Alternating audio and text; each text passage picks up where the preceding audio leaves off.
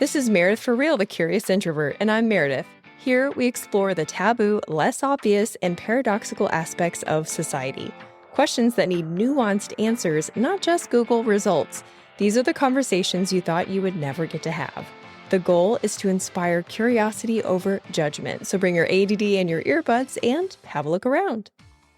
This week's episode challenges conventional thinking for a very specific group of people, insulin-dependent diabetics.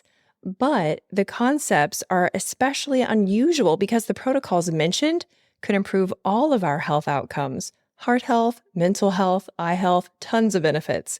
My guest covers the big question of why diet matters if you have to take insulin anyway, tackles what blood sugar and heart attacks have in common, low IQ and diabetes, keto food labels, artificial sweeteners, and a very controversial tweet by the ADA. If you end up liking this episode, you'll also like the one I did with a woman who went from bedridden with dysautonomia to being a globe-trotting nutritionist. It's episode 113. All right, friends, keep it curious. My next guest was like most Americans, growing up an obese kid who didn't give much thought to his diet until age 16, when he spent 3 days in the ICU with blood sugar levels at nearly 600. He was diagnosed with type 1 diabetes. That meant, without a working pancreas, he was required to inject insulin anytime he ate carbohydrates or risk permanent bodily damage or death. This diagnosis led him to be so obsessed with how the body works, he grew up to be a diabetes researcher.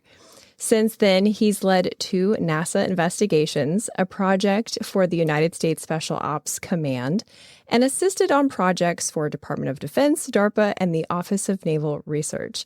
He's currently a research scientist at Sansum Diabetes Research Institute and actively investigating the role of lifestyle interventions and carbohydrate restriction in both diabetes management and prevention, including experimenting on himself. Today, he's going to share his personal experience and research findings as we explore the question, does diet matter if you have to take insulin anyway? Pensacola to Santa Barbara, outcome optimizer, diabetic diabetes researcher, Dr. Andrew Koutnik. I'm so glad you're here. Thanks for doing this. This is great. That was probably the coolest introduction that's ever been done. So I appreciate that, Meredith. People don't believe everything she just said, but no, this is an honor. This is wonderful. It is really cool to be here. I'm so glad that we're doing this. I think some people might feel like type 1 diabetes is a little specific for a whole podcast episode, but I have 2 cousins on different sides of the family who have type 1 diabetes, and I keep running into people in Pensacola who have it, which kind of is making me question things. Is type 1 diabetes on the rise? It is absolutely on the rise. It's expected to double within the next couple of decades. And the numbers historically were estimated a bit lower than recent estimations worldwide actually put it at. I think we're a little over 8 million people worldwide.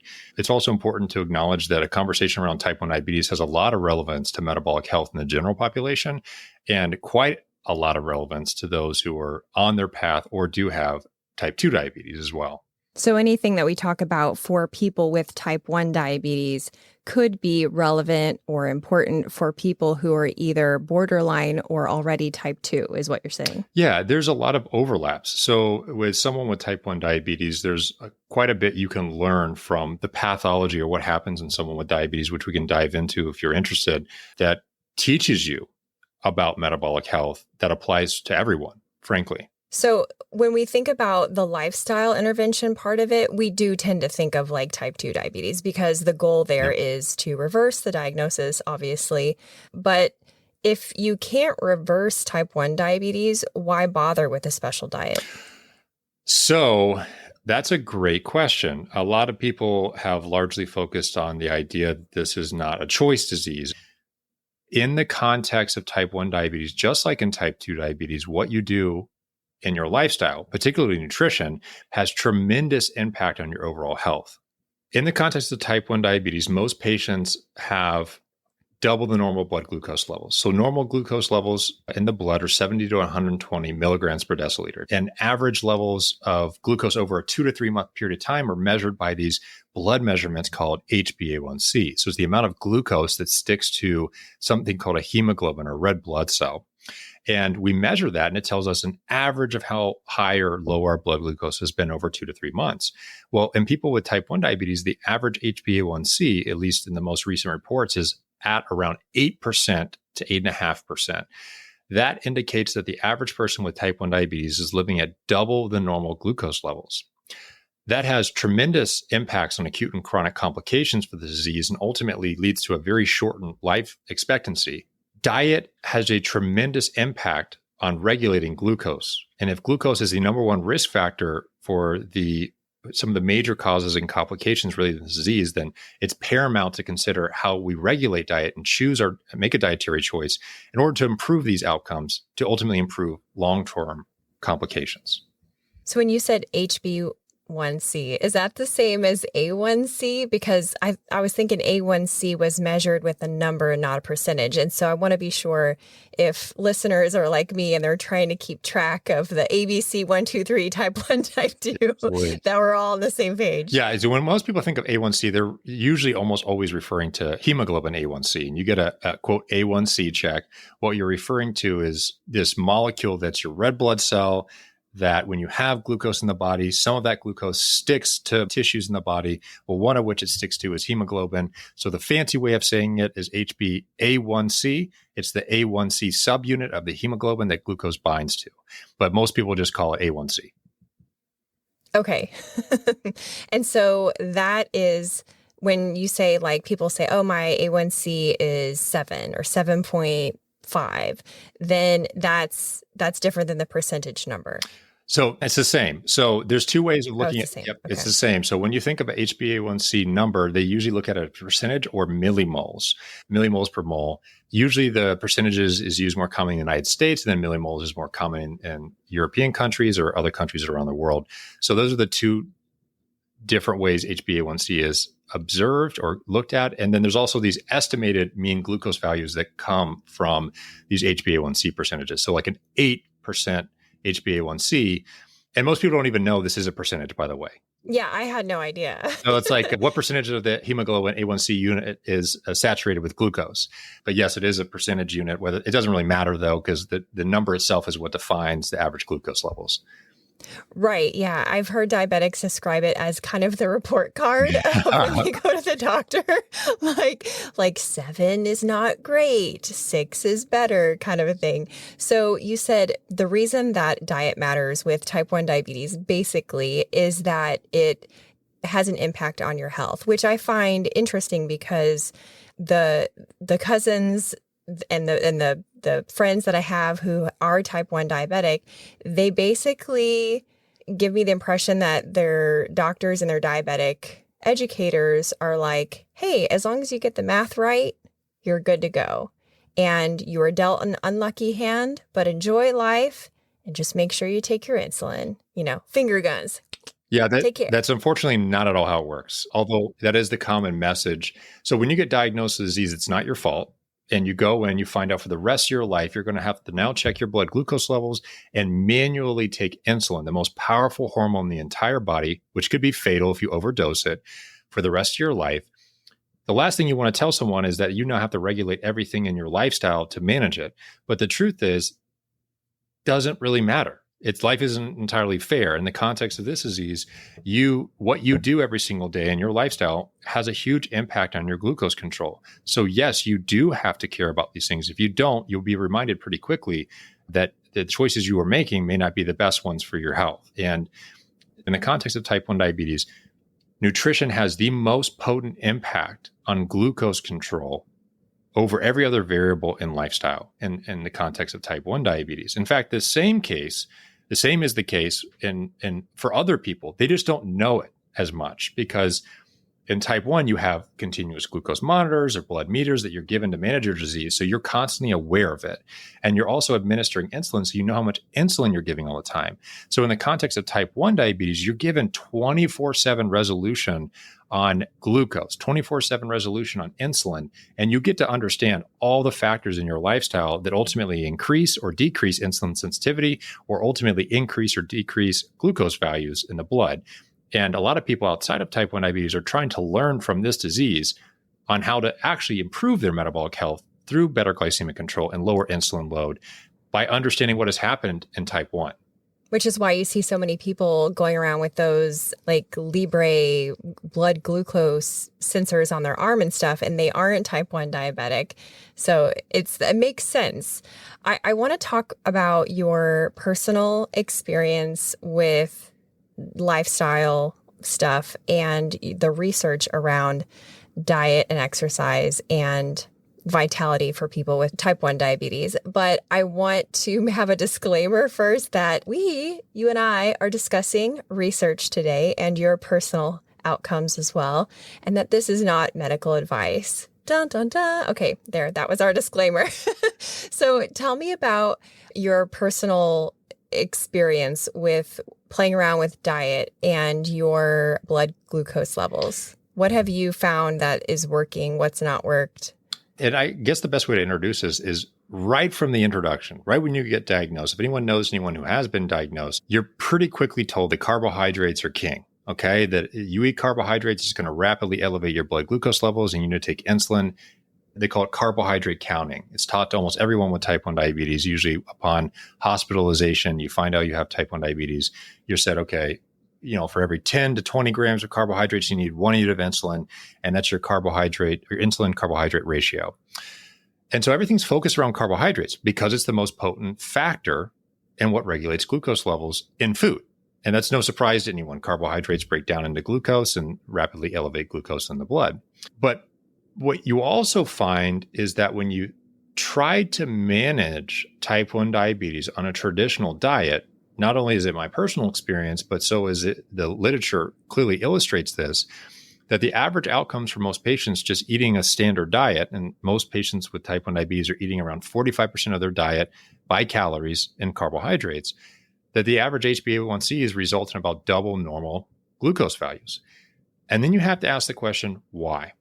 Why is that? Why is, if I'm following all these traditional approaches that I'm being recommended and doing the carbohydrate counting strategy and these other modalities to ultimately improve my outcomes, why are most patients living at double normal glucose? And that may have a lot to do with food. And my personal journey with this is that I actually, now going almost over a decade now, I was playing around with different dietary strategies. I used to be an obese kid, as you mentioned in the introduction. And so, I was fascinated about nutrition and exercise. I wanted to do everything I could do to improve being bigger, stronger, faster, looking better. And then when I got diagnosed with type 1 diabetes, it was a whole different level of trying to regulate food and exercise, not just for how I looked or how I performed, but it affected directly how I felt, my overall health at every meal of every single day. And there was a time way back where I was heard of this low carbohydrate diet, right? Because I was doing all the healthy food. I was eating whole foods. I was eating everything that would be recommended, let's say, by the American Diabetes Association or another governing body that says eat whole foods at this many, at least 130 grams of carbohydrates per day. If you look at USDA guidelines or any of these other major food organizations, they always recommend around 50% of your calories coming from carbohydrates in your diet. And, when I had done that and I had followed that recommendation to the gram, I used to count every gram of every piece of food I ate because I was so fascinated about the journey to improve overall health and wellness that naturally I was fascinated to track all of this. Well, one day I had heard that, there's this ketogenic diet. You can eat less carbohydrates in it. You can lose weight, maintain muscle, and lose fat predominantly. I'm like, oh, this is the greatest thing on earth. This sounds amazing. And so I was like, let me try this. And I had actually met a professional athlete with type 1 diabetes about 2 years after I was diagnosed. And I had reached out to them like, hey, what do you think of this approach? Wait, so you were a teenager when you were reaching out to people and trying to figure this out? You were only 18? Yes. Yes. But what you'll find for anyone who's listening here is that a lot of these people, if you can get their contact information, were just like you and they want to help you too. And so, yeah, they actually got on the phone with me and started talking to me about this and actually said, interesting, you're asking about this diet. I'm doing it. This is, how I go about doing it. This is the insulin I take. This is why I take it this way. And I was like, okay. And they're like, yeah, it could really help with your journey. Give it a shot, and I was like, okay. So I did exactly what they said. I lowered my carbohydrates, increased my fat, kept my protein the exact same, switched my insulins around to match the food that I was eating. I lowered the amount of insulin I was taking almost 50%. And I walked into my doctor's office 3 months later. And my doctor at the time, unbeknownst to me, I had no idea, was the American Diabetes Association president. And oh my gosh. Yeah. And so he was like world famous, amazing guy. I had never known this. And still one of the best doctors I've ever had in my entire life to date. And I walked in his office and, I had my blood work, all this stuff. And he goes, "What are you doing?" And I'm like, "What do you mean?" And he goes, "Well, this is the lowest HbA1c I've ever seen in my office. This is not a HbA1c that reflects someone with diabetes." And I was like, "Oh, I'm a kid." So I'm thinking, "Oh man, I'm doing something special here." And so I start telling him all about the diet and the insulin I was taking. He had invited me to the College of Medicine in the town I grew up in to go speak to them. It was really cool. And this was a nutrition change. I didn't change anything about my exercise habits. I was exercising regularly. I didn't change anything else about my lifestyle. I simply changed my food and had the change in insulin to match it.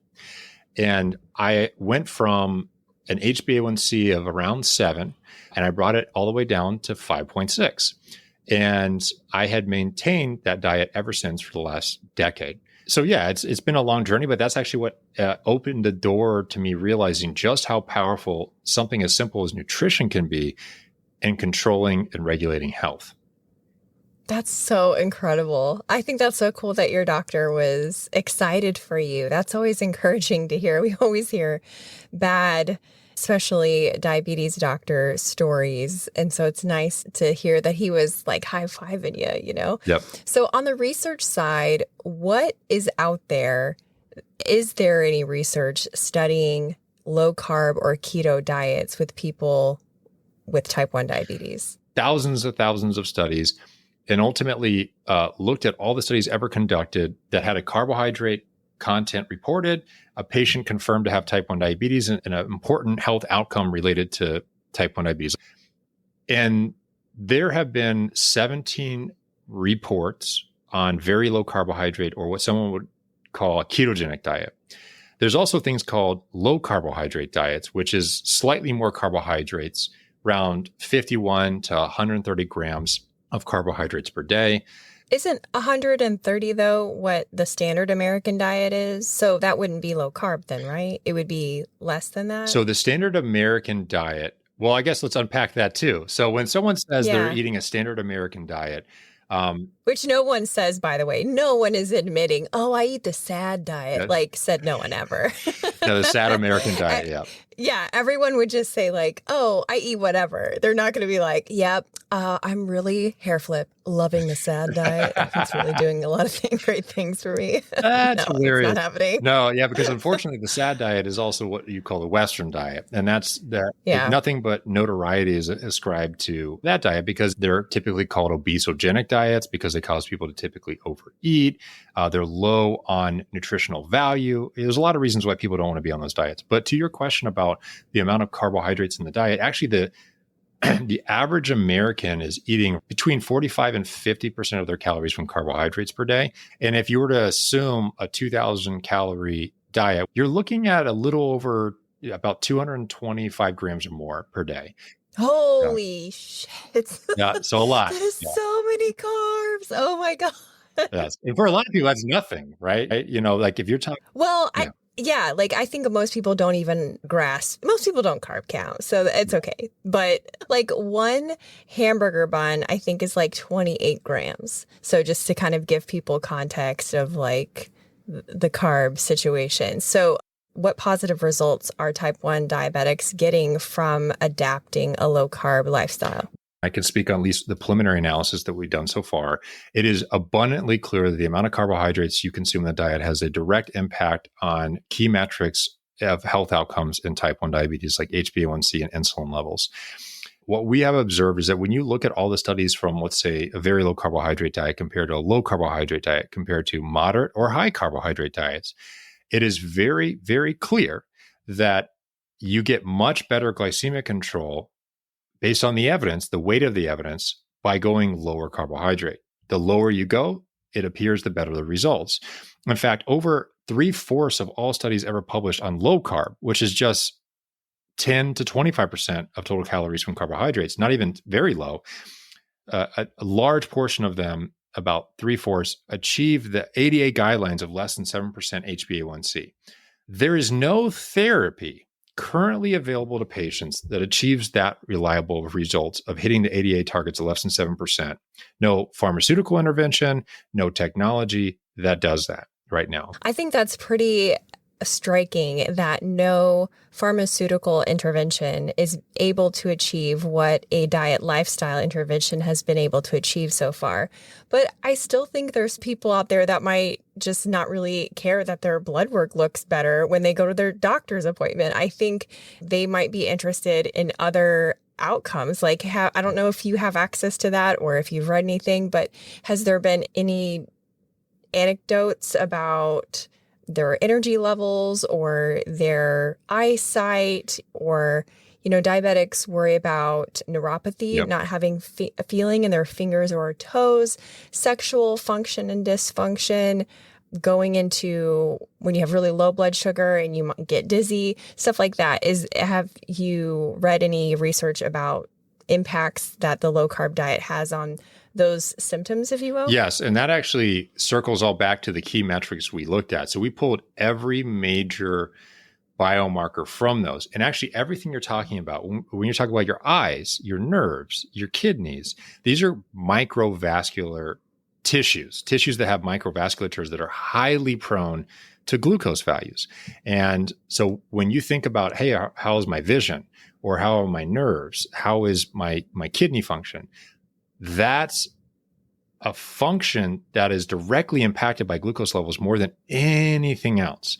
So when we talk about, hey, I shrug at my blood work, shouldn't be shrugging at the blood work, because the blood work is what is telling you your risk for these complications related to your eyes, related to your nerves, related to your kidneys. But your glucose values are also the number one predictor of the primary cause of death for people with type 1 diabetes, or frankly, all forms of diabetes, which is cardiovascular disease. Patients with type 1 diabetes are at 10 times the risk for cardiovascular disease over their lifetime. And that has to do with the primary risk factor for cardiovascular disease and the primary risk factor for every microvascular complication, HbA1c, which is a measure of your chronic glucose control. So when people look at, their blood work and say, oh, no big deal, it might not be a big deal today, but 10, 20, 30 years from now, it will be a big deal. There's plenty of evidence that says that within the first 4 years of diagnosis, even in kids who are diagnosed with type 1 diabetes in adolescents or pediatric patients, within 4 years, there's signs of subclinical arterial damage within 4 years. There's also signs of neuroanatomical changes on MRI in children, and there's also reliably lower IQ in patients with type 1 diabetes, all of which is associated with glycemic control. Okay? Because what's the one thing that changes in a patient with type 1 diabetes? They're typically the same body weight as the general population. They have normal lipids on average. There's not a whole lot of things that are going wrong, except you lose beta cell function and you have dysglycemia, high and variable glucose levels. And that is the number one risk factor for all these issues. And so it is important, but a lot of people may not be able to resonate with something that's going to happen to them, until the end of their life, because they're thinking about right now. Well, I can tell you that most patients with type 1 diabetes know exactly how it feels to have high and variable glucose values, because that's what symptoms of hyperglycemia and hypoglycemia are. They're physical and mental health symptoms: fatigue, confusion, irritability, loss of concentration, anxiousness, shakiness. These are physical and mental health symptoms that impact your day in and day out quality of life and often the people around you. So you cannot get away from the impacts of glucose in type 1 diabetes. And it's not surprising that people outside of type 1 diabetes are growing to appreciate the impacts that glucose has from the learned experience of the more potent and transparent awareness we have in type 1. That is so fascinating. Okay. And this is so different than what some doctors are communicating to their patients. Or to be fair, because I always try to be fair, it's at least different than what the patient is interpreting the doctor's information to be. Because here's the message that I'm getting from friends and relatives. Oh, yeah, I went to the doctor and, I got a lecture about how I could lose my leg. And I told them I'm using my insulin calculator app and I'm doing everything, but my blood sugars are still playing roller coaster. And the doctor was like, yeah, sometimes diabetes be that way. I'm like, oh, okay. So my point is, this is so potentially much more empowering to a person with type 1 diabetes than, you know what? If you do everything right, still your blood sugar is going to suck. You're still going to lose a limb and you're still going to get diabetic neuropathy and go blind in one eye. I think there's this human behavior component to it. And when the doctor is not equipped to share empowering information that includes diet and lifestyle adaptations, then the patient is chucking it in the fuck it bucket because they're like, yeah, I might as well just enjoy life. My doctor says I'm going to die early anyway.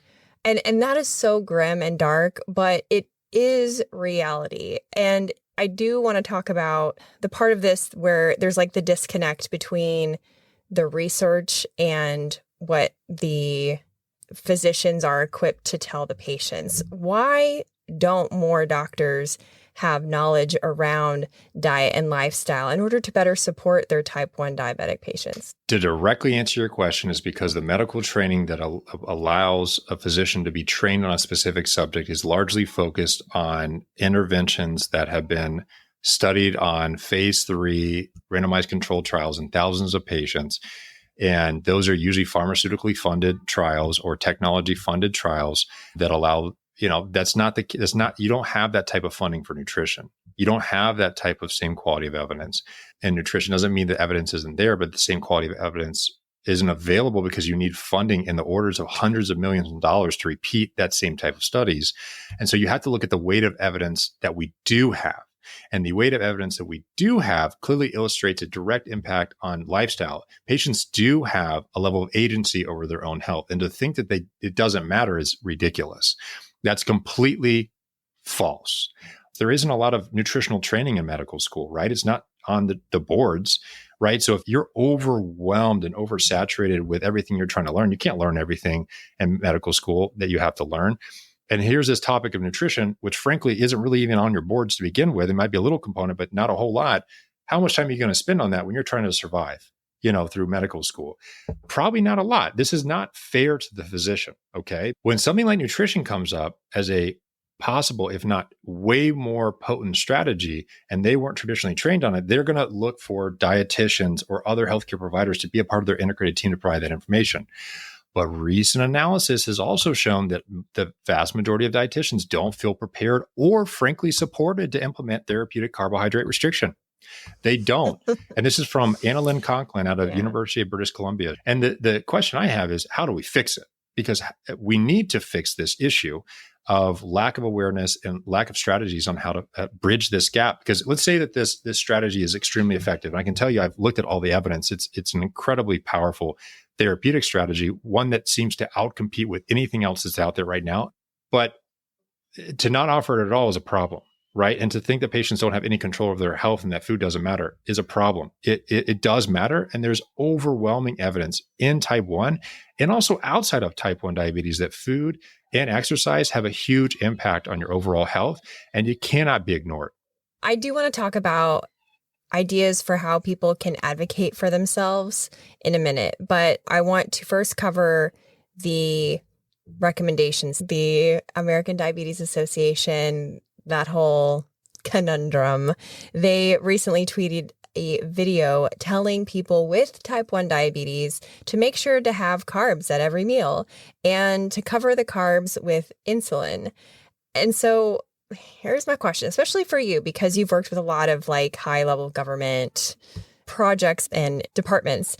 Why would the same government who is telling people who, simplistically speaking, have an intolerance to carbohydrates to go ahead and eat them, but telling or researching at least ketogenic protocols for warfighters to optimize their enhanced cognition?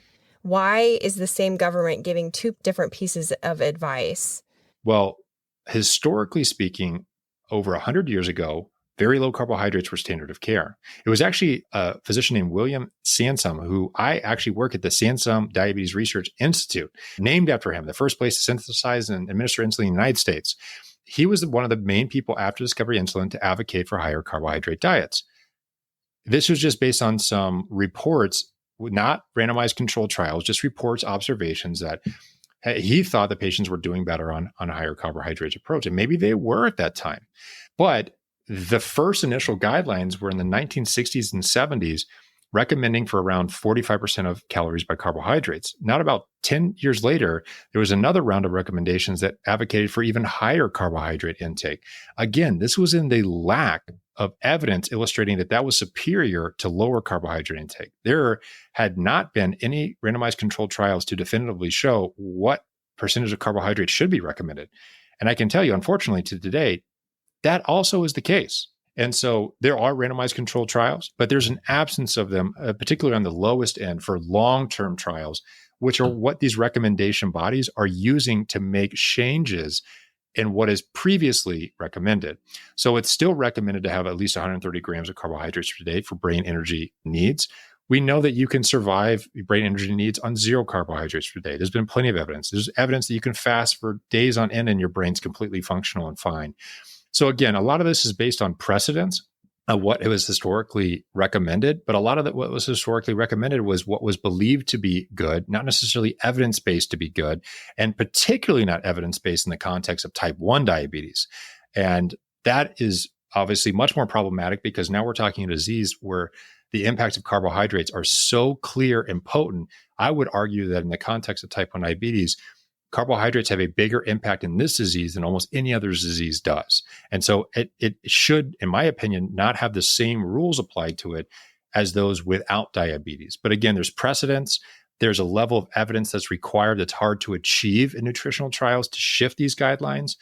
And in essence, you need lots of money to do this trials to do this. But that's why we did that systematic analysis to look at everything that had ever been done, to look at what is the overarching trend across every study ever published in carbohydrate content. And the trend is very, very clear that lower carbohydrate diets improve glycemic control across all studies ever done. And that was in a systematic review that pulled over 46,000 patients with type 1 diabetes.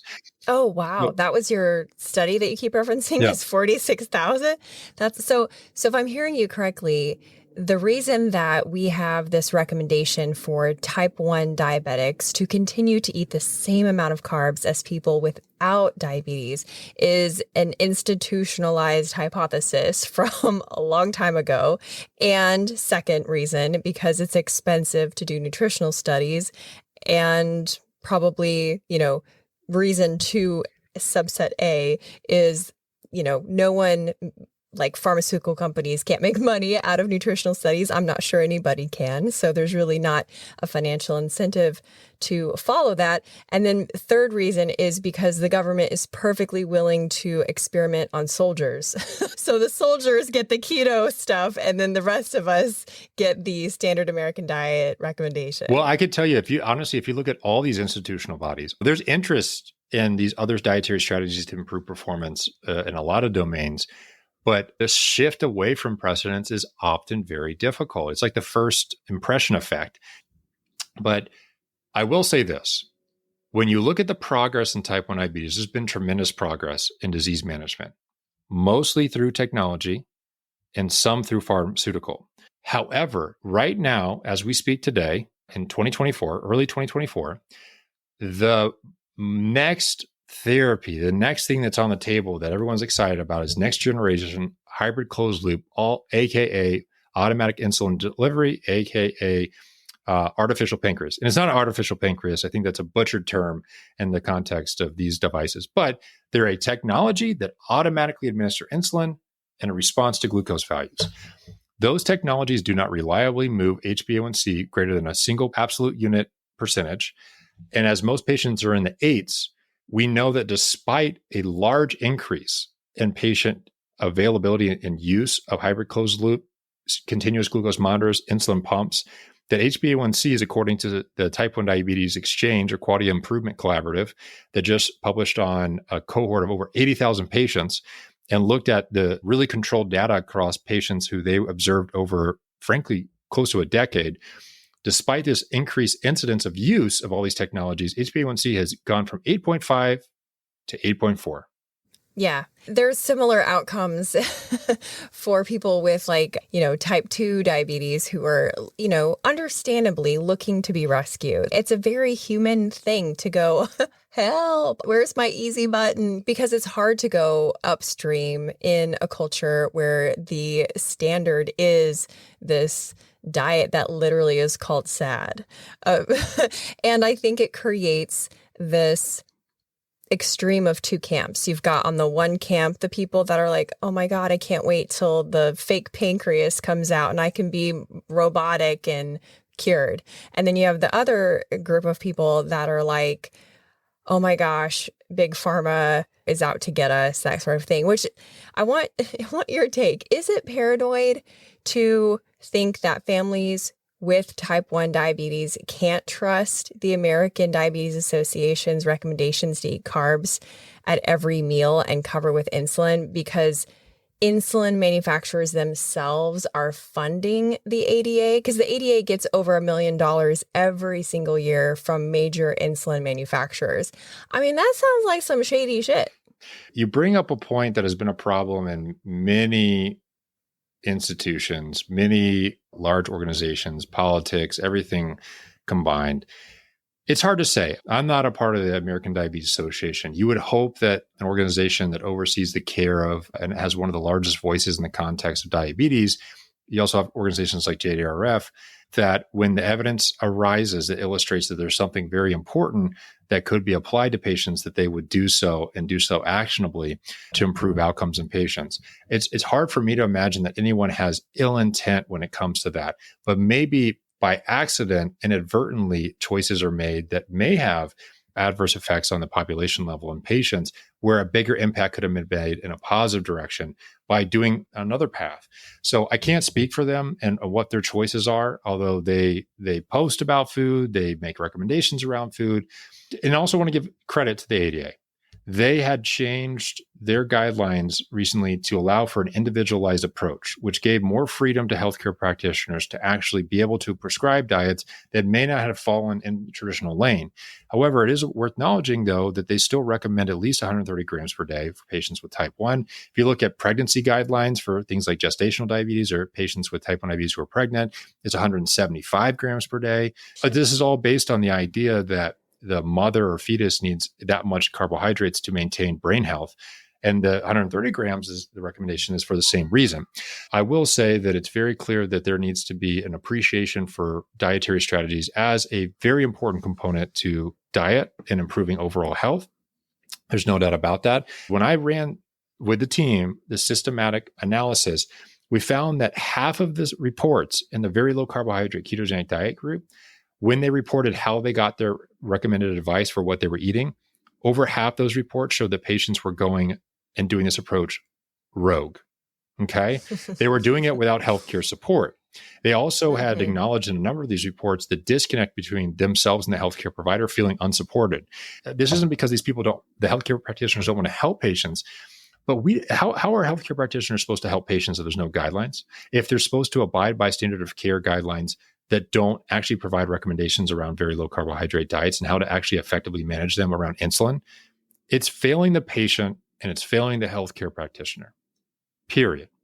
We also, Meredith, conducted a survey specifically trying to pull out what not the researchers think about diet and type 1 diabetes, but we asked patients and caregivers what they thought about food and their management of type 1 diabetes. Because I think that there's a disconnect sometimes in what the patients actually want to see and what researchers are doing and spending money on to actually assess. And when we asked about food, it was overwhelming that patients felt that food had a big impact on their life. They thought about it quite a lot. It was also interesting that almost 3/4 of all people who responded to the survey, and we had near 1,000 people who actually took the survey, international, most are from the United States and Canada, but we had about 30% were outside of North America. We found that about 70+% had actually done a ketogenic diet, and around the same percentage were still doing one, or a low carbohydrate diet. Wow. So that is so interesting. So there's a large body of, and this could be bias, right? Like maybe the people who took the survey are more apt to do that. Sure, that's all possible. But what it clearly shows is that patients care a lot about food and what they're doing. And there was also in that survey, it was described by patients or the caregiver of patients with type 1 diabetes that they felt when you asked them, are you willing to make a dietary or lifestyle change to improve your outcomes if you knew it could improve your outcomes? 2/3 said yes. And so patients are willing to change. They're willing to do something about it. The vast majority of patients are doing a diet that we don't have guidelines for. And healthcare practitioners have expressed in research and evidence that they don't feel prepared to actually do it. We have problems. And I think it's important we start filling these gaps because it will help patients and it will help the healthcare practitioners who are helping the patients. Okay, so let's cover self-advocacy. And then I want to talk about some objections or concerns that may come up as people think about this for themselves, knowing that insulin is a major health metric for themselves, even outside of any diabetes.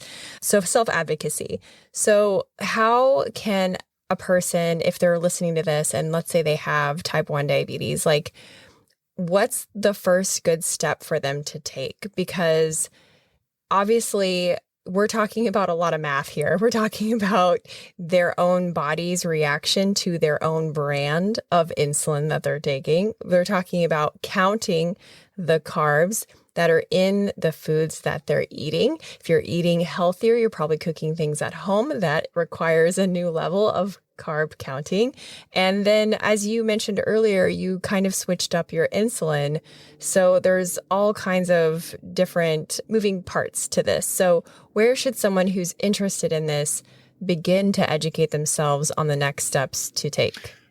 That's a really important question. I think patients need to actually look internally first.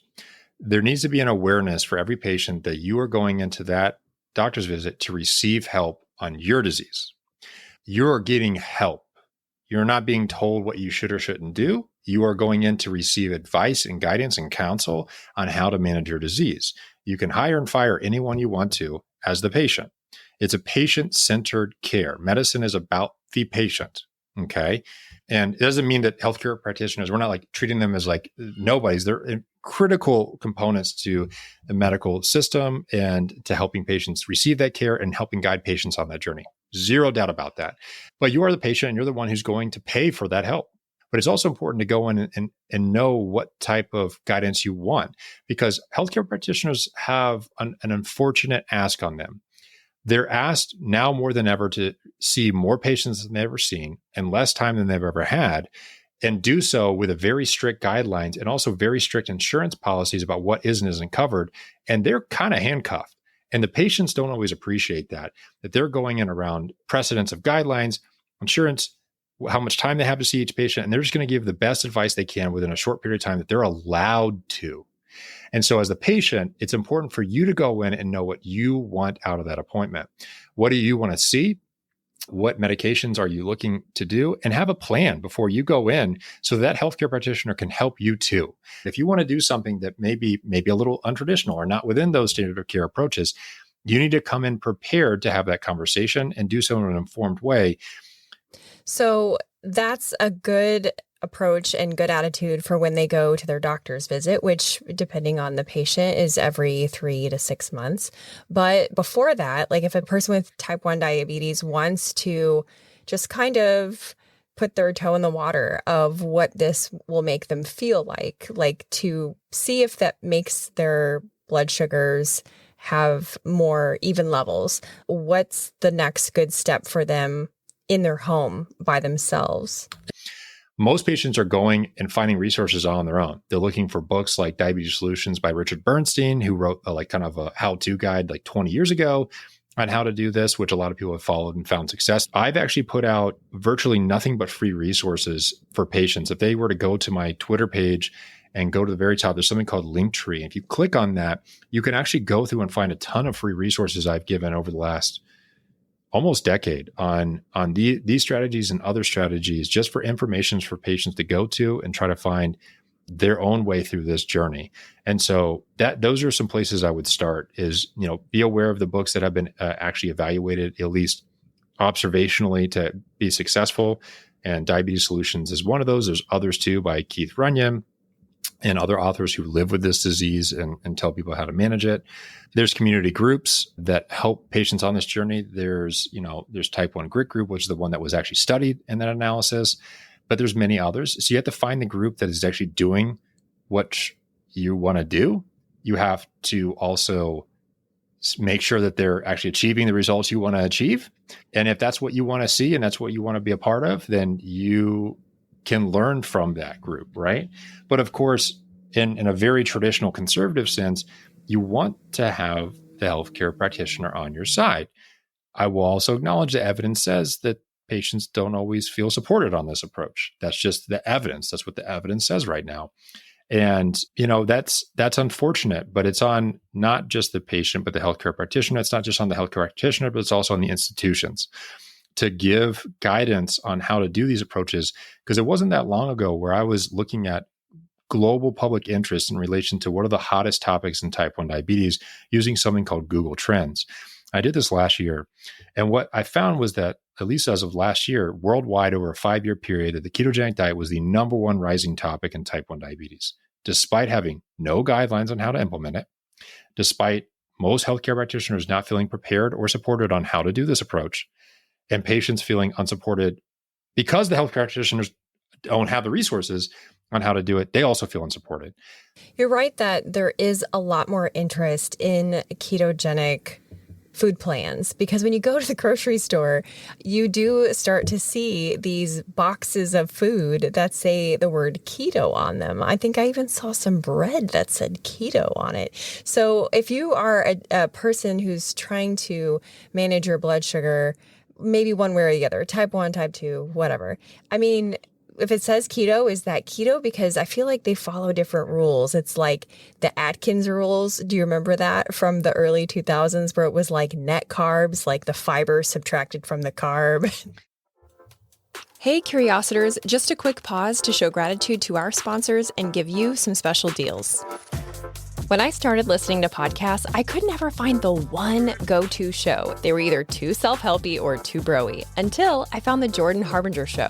Honestly, I feel like it's a sister show to my show. If you like my show, you are 100% gonna love his.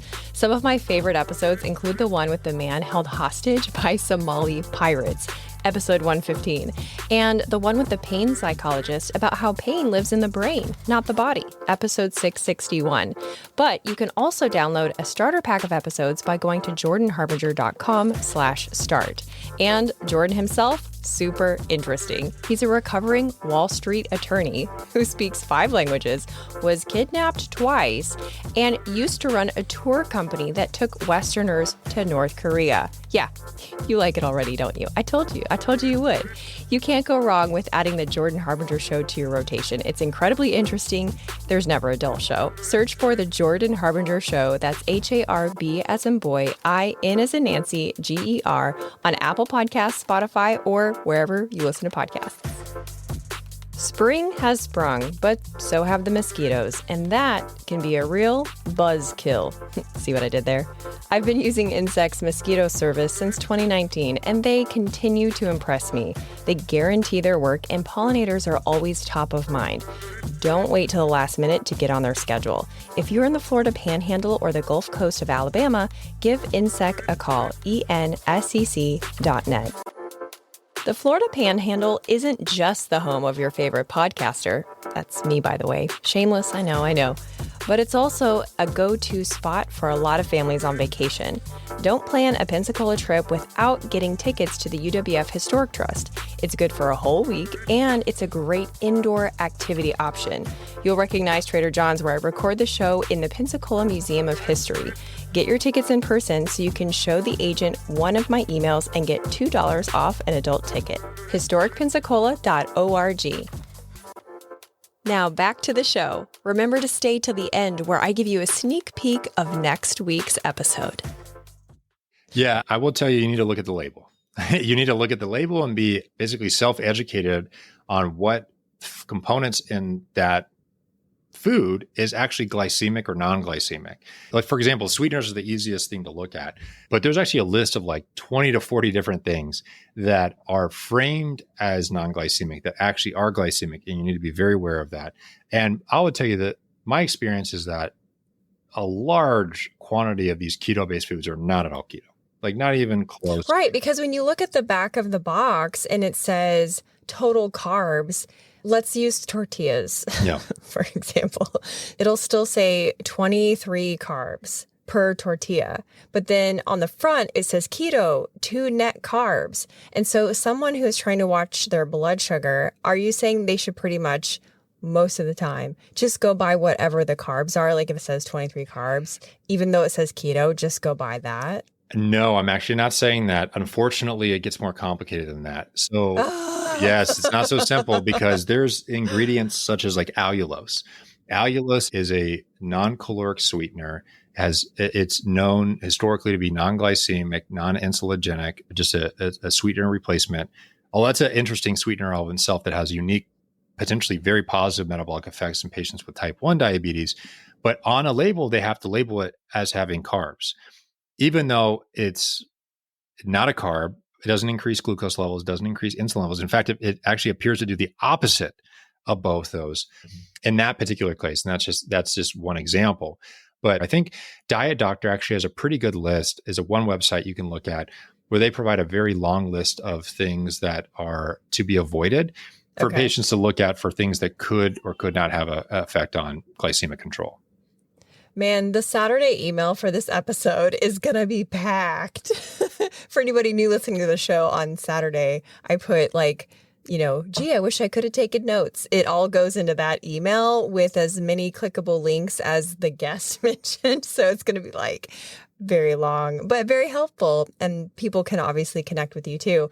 Since we're on the topic of sweeteners, in the wellness community, we tend to think of artificial sweeteners as something we generally want to stay away from. They're just a little too spooky. It's like the spooky molecule, except for instead of appearing when you look at it, you're like, where did it go? And so we tend to just go, nah, that's probably cancer causing. So we're just going to ignore that. Have you done any research on sweeteners to know which ones are a green light, which ones we should stay away from? Actually, yes. And we're actually in the process of trying to do more of that, actually specifically in people with and without diabetes. Let's unpack that. There's a lot to unpack there.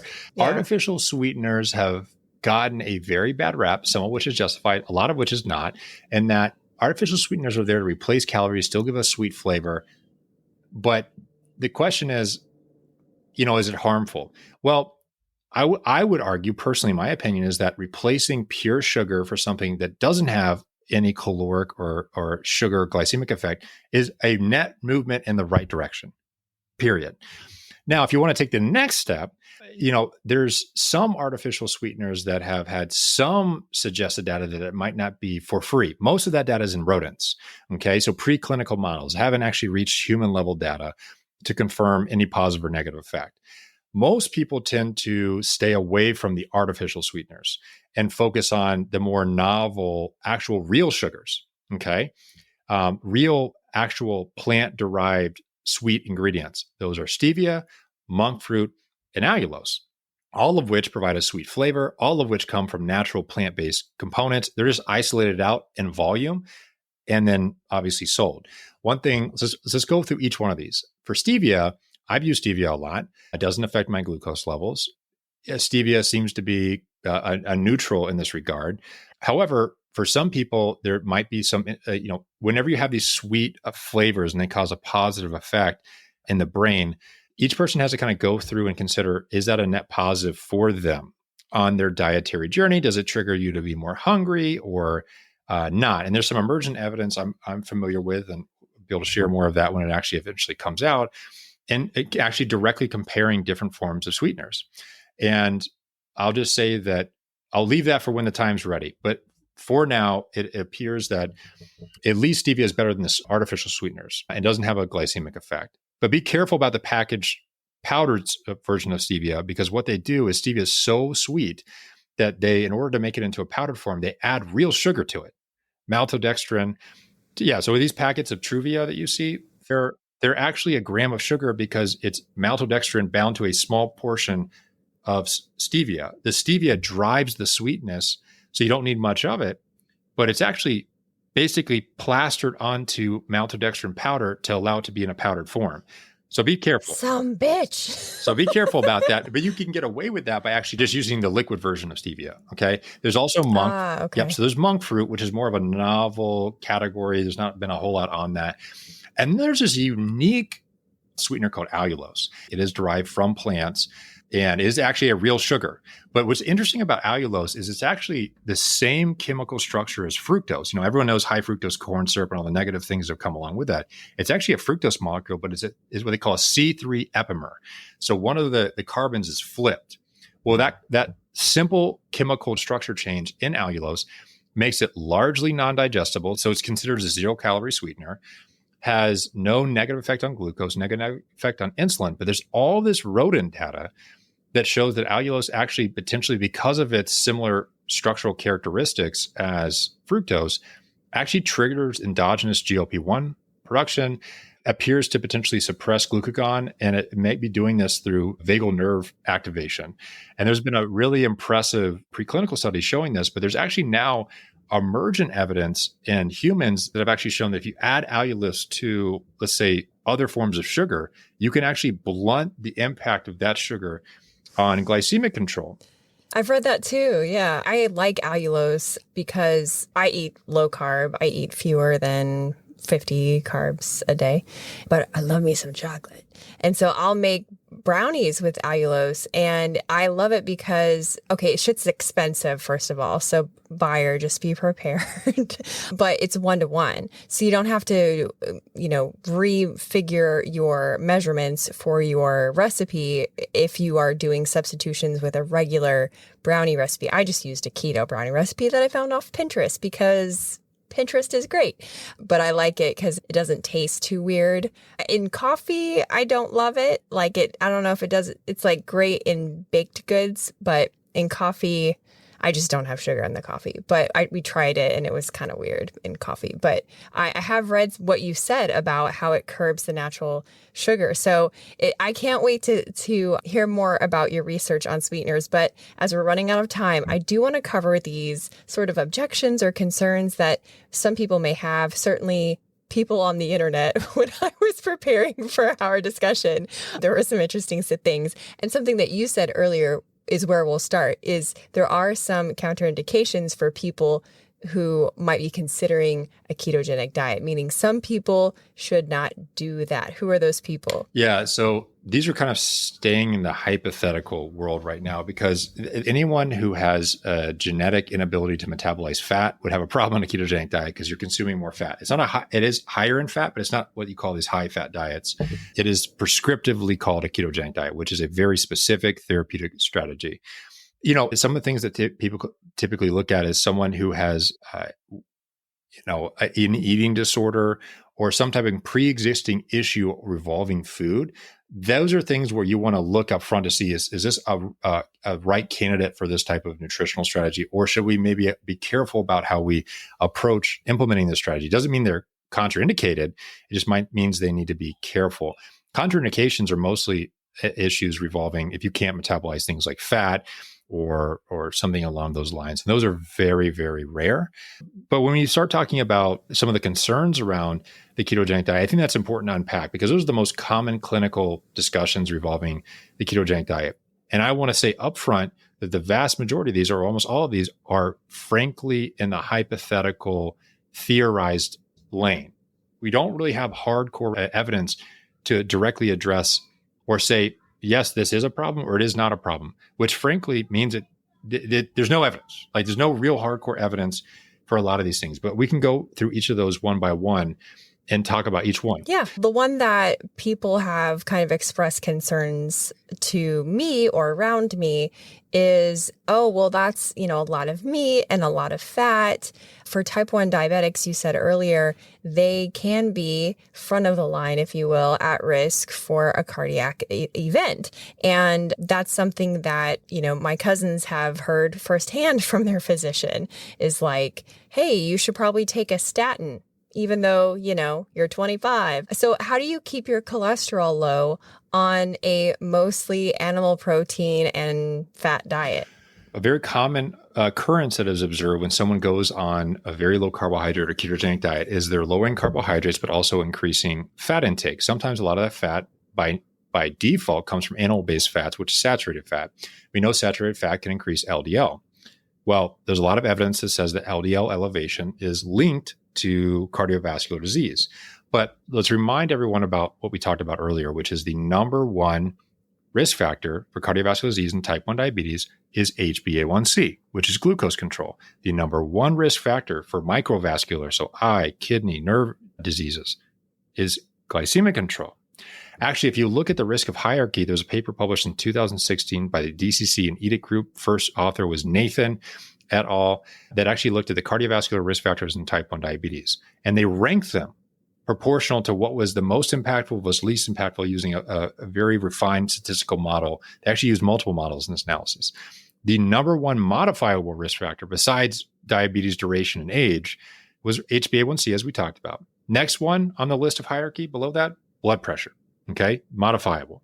Next thing on that list was triglycerides. And then next is heart rate. You keep going lower and lower and lower. The very bottom one on that list was LDL. And so LDL cholesterol is what is commonly concerned or at a concern from a cardiologist, lipidologist when you eat animal-based protein and increase saturated fat intake and see LDL rise. Well, the thing to unpack here is that yes, LDL has been very clearly linked with cardiovascular disease, but the difference on a very low carbohydrate diet in the context of type 1 diabetes is it's not the predominant risk factor of hierarchy. The number one risk factor of hierarchy is glycemic control. So it's the same analogy as, hey, I'm going to worry about the rims on my car, even though my engine's broken. You got to focus on the main, most important variable. Once you address that, go to your next one. Blood pressure. You have that control. Okay, you got the control. Go to the next one. Triglycerides and heart rate. Go to the next one. And you go down the list. But you have to do this in the order of what matters most to long-term outcomes. LDL is really far down that list comparable to those other factors. But that's not to say it doesn't matter at all. When you do a diet like this, you have to consider the comprehensive risk factors related to its implication on short and long-term outcomes. So if someone's on this diet and they have remarkable glycemic control, but comparatively on another diet, they had higher glycemic control, well, they're already addressing the number one risk factor. So it's hard to make a different choice, right? Address the number one risk factor, then that's what you should be doing, in my opinion. Well, once you have that addressed and you address all the other risk factors, should you consider lowering LDL?